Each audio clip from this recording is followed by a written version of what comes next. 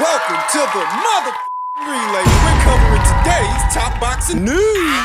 Okay, we'll start with this. Two-division current reigning WBO super lightweight champion Teofimo Lopez took to his social media and stated, "Hey yo, I need those who support me to fight back and defend my desires to keep boxing alive. The best versus the best. Because these social media outlets are trying everything to put my name and legacy behind closed doors, so none of the casuals end up realizing I'm all there is." It's a bit vague. At the very least, it sounds like a rally to support, a call to support from the boxing community at large. What portion of it support Teofimo Lopez, though in what way does he require their support? Perhaps if he were actually fighting before this year is out, that support would show up in the numbers. The numbers to a fight. I noticed that a lot of today's boxers, particularly the American ones, try to reap the benefits of doing the job without actually doing the job. Teofimo continued, "I never received an offer from Turkey, and I'm sure that he's looking for one. And we sent legitimate offers to Team Haney, Team Cambosos, Team Boots, and Team Matias. But you not gonna believe me until Bob Arum or Toprank speaks on it." You're damn right I'm not. Am I supposed to? A fighter who's under contract to a promotional company talks about making an offer to a fighter or fighters. It's not his offer that's being made per se, it's an offer on his behalf. The money. It's not his money that's being offered. It's money on his behalf. Not just gonna take it from you. I don't know if it's true, unless a Bob Arum speaks on it, unless he confirms it. A Twitter user that goes by the name Hassan responded to Teofimo by saying, "You sent Haney an offer where you were the A-side, and you know you're not. You should have sent Shakur one, who said he would come up to 140 to fight you. You also admitted on video that you declined Kenny Sims, Elvis Rodriguez, and Raymond Muratalla to fight Steve Claggett." Come on, that's crazy. That's nuts. Another Twitter user that goes by the name Anti-Slob stated, "I would pay to see it, but I don't understand how you feel you had a right to fight a Steve Claggett in this stage of your career. It seems like you took a step backwards. Why did you turn down the Brian Norman fight when your promoter, Bob Arum, tried to make it happen?" Teofimo responded by saying, "I never turned down the Norman fight. As I am aware, we can still make those fights happen at 147. You know, I remember what the story was. That Top Rank was going to put Teofimo Lopez in the ring with Brian Norman Jr. in September as the main event of what ended up being the Sandy Ryan versus Michaela Mayer fight. They were initially going to be on the undercard, and that was going to be the main event. I remember that Teofimo denied reports that he rejected the Norman fight. He said that he wanted to fight, especially when the WBO made Brian Norman full champion, but in Los Angeles and not anywhere that he has already fought. I remember. Bit of common sense is necessary. If he would have went through with the Brian Norman fight in September, it likely would have been for the full WBO title, because Brian Norman ended up getting elevated anyway. He's full champion now. If Teofimo really wanted that fight and wanted to fight one more time before this year was out, he could have, but he clearly didn't want to, since he was seeking free agency from Top Rank not but a few weeks ago. Did you forget? A few weeks ago, he tried to invalidate his ongoing Top Rank deal to try to get out of it. So clearly you weren't trying to fight. You were trying to get away. He tells Brian Norman, "You didn't want to fight Boots when you had the chance, all because of the money. I fought Lomachenko, the number one pound for pound, and returned home with less than 500,000. You do not believe in yourself, and that's all a fighter needs to win. But hey, good luck on your tune-up, official Brian Norman." Two things can be true at the same time. Yeah, he rejected an offer to fight Boots, and you rejected an offer to fight him,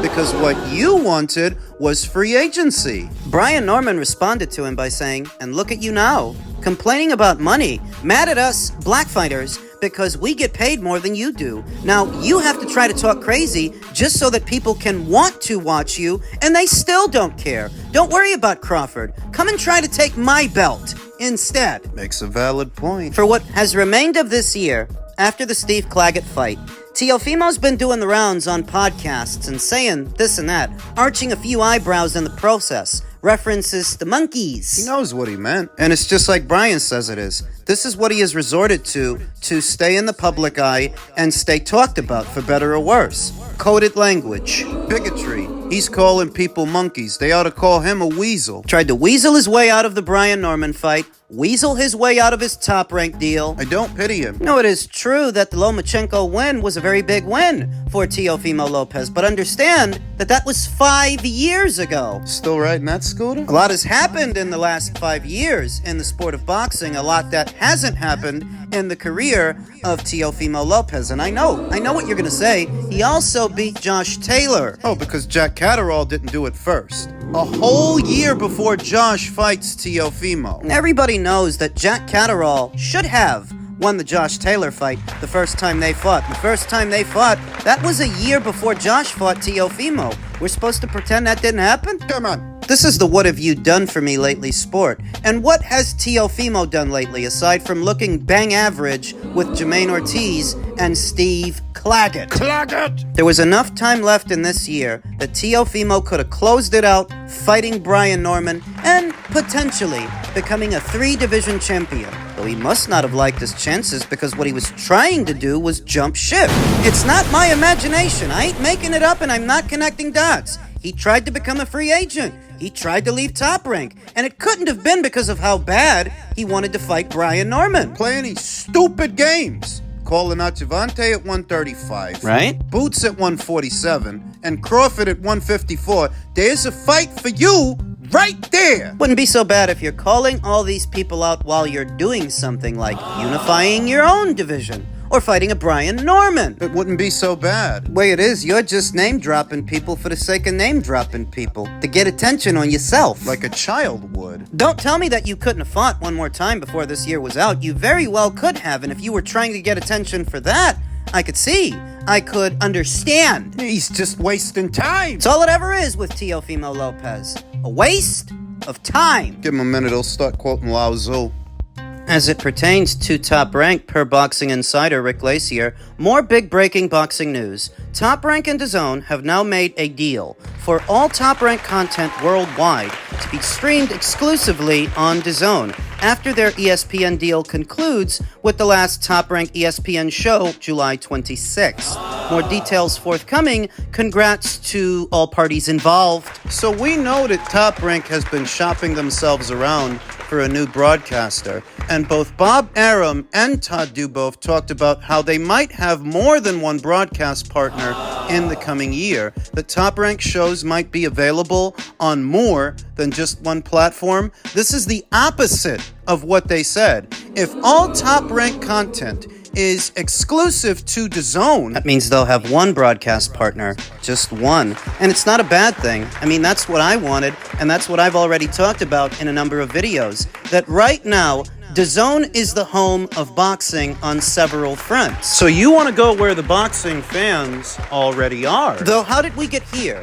Is what happened to PBC on Fox and PBC on Showtime now happening to Top Rank? Not exactly. For a number of months now, I've been hearing rumors and rumblings of Top Rank not being happy on ESPN. They felt that they weren't getting the same priority that the UFC was getting. That's one. 2, ESPN as a platform is facing a bigger crisis, not exclusive to anything going on in boxing. For a number of years now, they've been experiencing declining viewership, not because people don't like the content, but because more and more people are cutting the cord. Moving away from conventional cable packages as streaming is all the rage. The way it was, you'd get ESPN as part of a basic cable package which made them available in millions upon millions upon millions of homes to the point where they were the biggest sports network in the country. But I want to say in the last 5 or 6 years or so, more and more Americans have been moving away from conventional cable packages and focusing specifically on what they watch. They don't need all those other channels. They don't want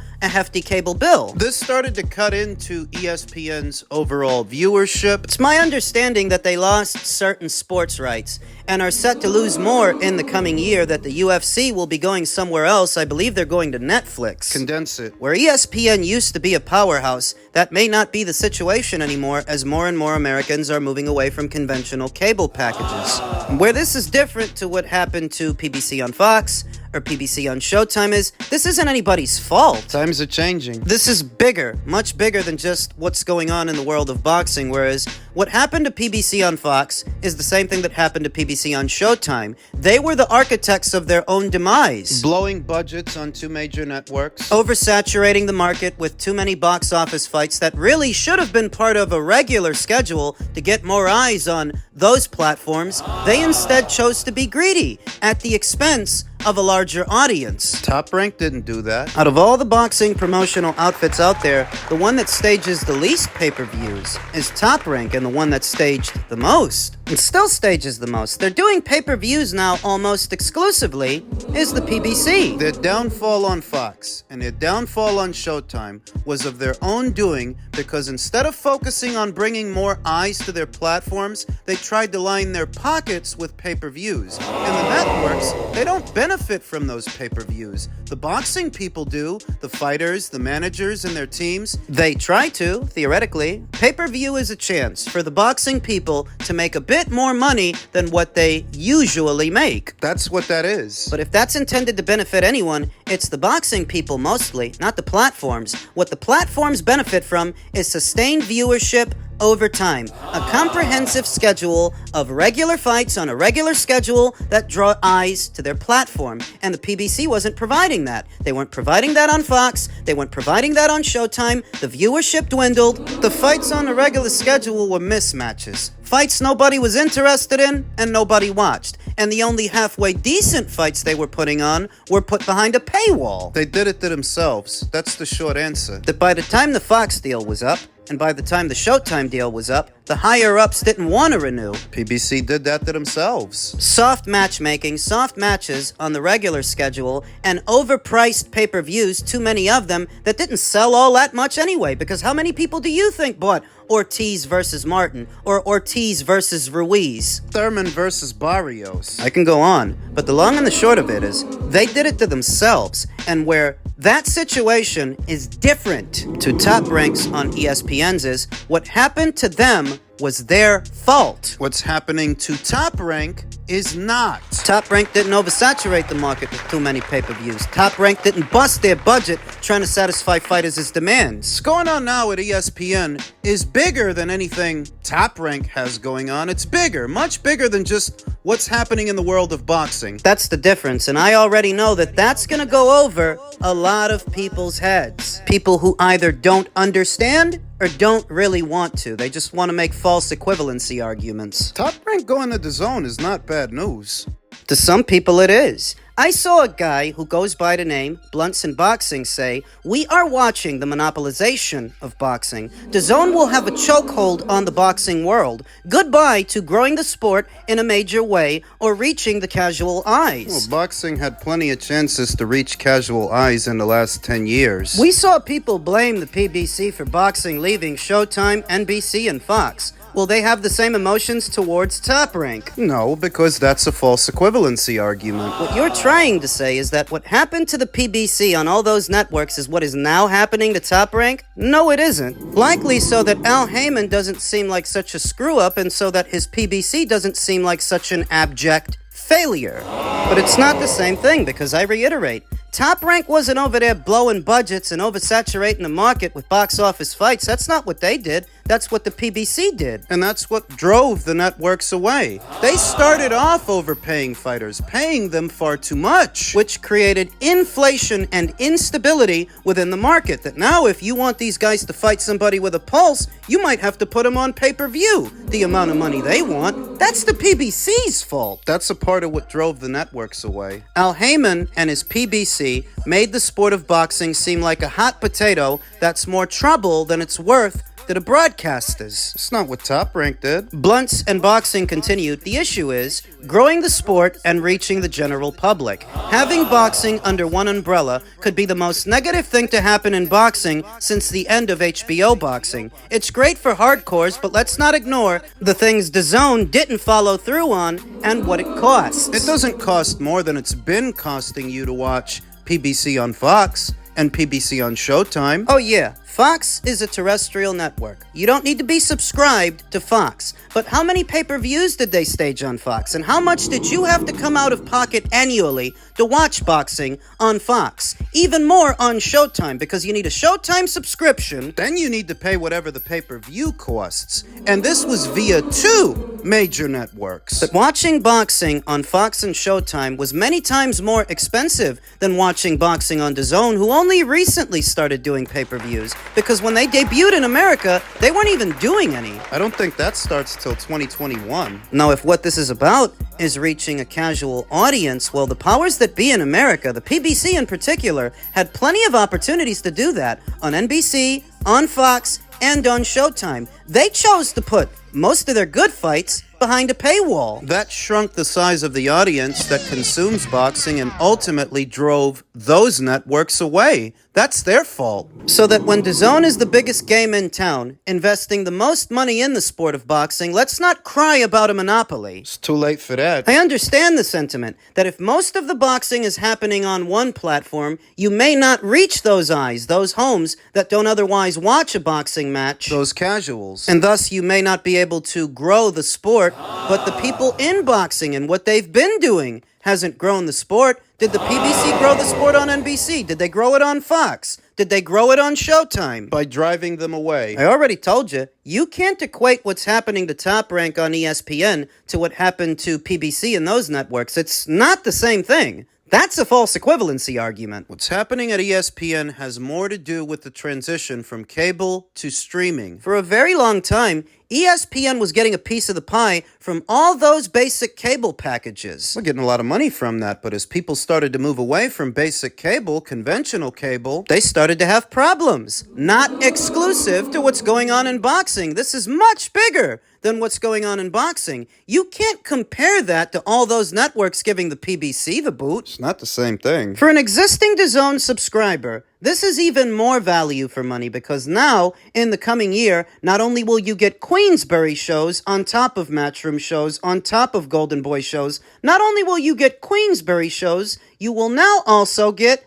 Top Rank shows. If you're Top Rank, you not only have to go where the boxing fans already are, you also have to go where the money is. And nobody's investing more money into boxing than DAZN is right now. Complaining about DAZN? Monopolizing boxing? What's the alternative? Show me the terrestrial network. That wants to invest. Or a major cable network. That wants to invest. Don't you understand that some already have? NBC, Fox, Showtime, they already did. And they walked away. That is, Al Heyman and his PBC drove them away. So that we can start crying about monopolies now? What do you think he set out to do when he made the PBC? Upon their inception, that's what he was getting at. That's what he was trying to do. He just failed miserably. Whereas the way things are now, we just got the first undisputed heavyweight champion in the last 24, 25 years. We got another one in the light heavyweight division. The DAZN platform is the official broadcast partner for Riyadh's season. Now all that Saudi money and all those opportunities flow through the DAZN platform. But what's the complaint about? The kind of fights that we've been getting wouldn't otherwise happen if not for Saudi involvement. So if that's where the money is now, these people need to get while the getting is good.